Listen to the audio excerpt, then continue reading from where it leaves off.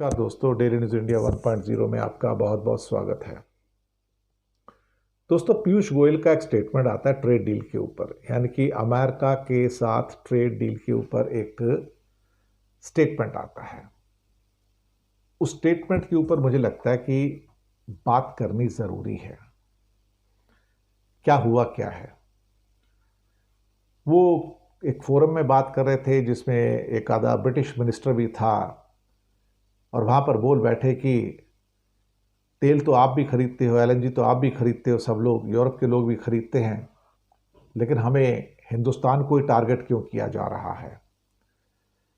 और फिर वहाँ ये भी कह बैठे कि गन पॉइंट के ऊपर हम कोई ट्रेड डील नहीं करेंगे।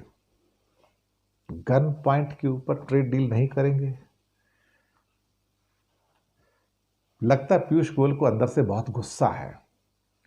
गुस्सा इसलिए है कि उनके जो आका हैं मोदी जी, वो ट्रंप के सामने बड़े हेल्पलेस, बड़े असहाय नजर आ रहे हैं, बड़े मजबूर नजर आ रहे हैं। और बीजेपी के सभी एमपी और मेंबर जो हैं, आरएसएस के लोग, सब इस बात को देख रहे हैं, इवन भागवत भी देख रहे हैं कि इतना मजबूर मोदी हमने कभी नहीं देखा, जो इंसल्ट पे इंसल्ट सहन करता चला जा रहा है और कुछ नहीं कर पा रहा। यानी कि मोदी का बस चले तो पता नहीं क्या क्या कर दे। पर पीयूष गोयल बेचारे, वो अपने आका को बचाने के चक्कर में हैं और ये कहने की कोशिश कर रहे हैं कि हम गन पॉइंट पे कोई डील नहीं करेंगे।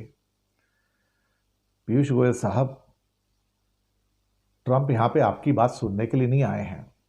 आप हो कौन उनके सामने? You are a non entity. और दूसरी बात यह है कि जितनी भी उन्होंने आज तक डील की हैं, जापान से या यूरोपियन यूनियन के 27 देश से, ऑस्ट्रेलिया से, ब्रिटेन से, कोरिया से, जापान से, वो सब गन पॉइंट पे ही की हैं।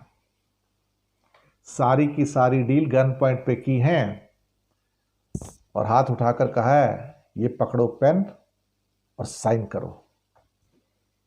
जापान से भी साइन करवा लिए, यूरोपियन यूनियन के 27 देश, जिसमें जर्मनी और फ्रांस भी हैं और इटली भी है, उनसे भी साइन करवाए, ब्रिटेन से भी साइन करवाए, ऑस्ट्रेलिया से साइन करवाए, जापान के इशिबा से साइन करवाए और कोरिया से भी साइन करवाए और गन पॉइंट पे साइन करवाए हैं।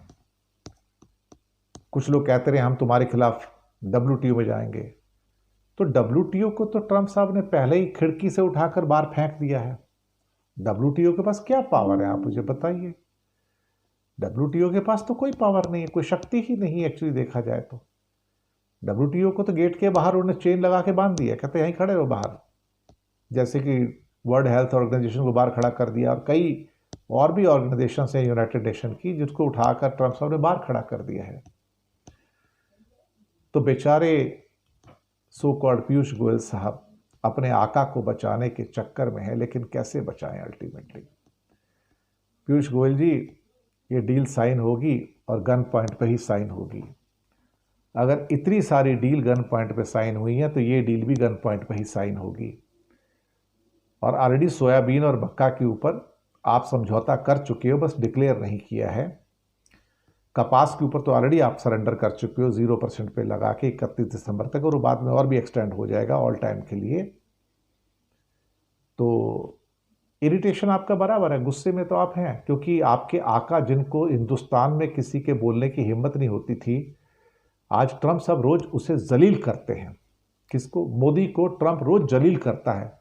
और इस जलालत को बीजेपी के भी मेंबर देख रहे हैं, बीजेपी के मंत्री भी देख रहे हैं, आरएसएस के लोग भी देख रहे हैं, और वो कुछ कर नहीं पाते, क्योंकि उन्हें मालूम है कि अगर मोदी ट्रंप के सामने जाएगा तो फिर से जलील करेंगे। और पीयूष गोयल जी, आप बचा नहीं पाओगे। वो मोदी को जलील करेगा और आगे भी करेगा, और मोदी के पास कोई रास्ता नहीं छोड़ेगा कि तू हिंदुस्तान में इस पोस्ट को रिजाइन करके चला जा। अल्टीमेटली वो मोदी को उसकी पोस्ट से छुड़वा कर दम लेगा।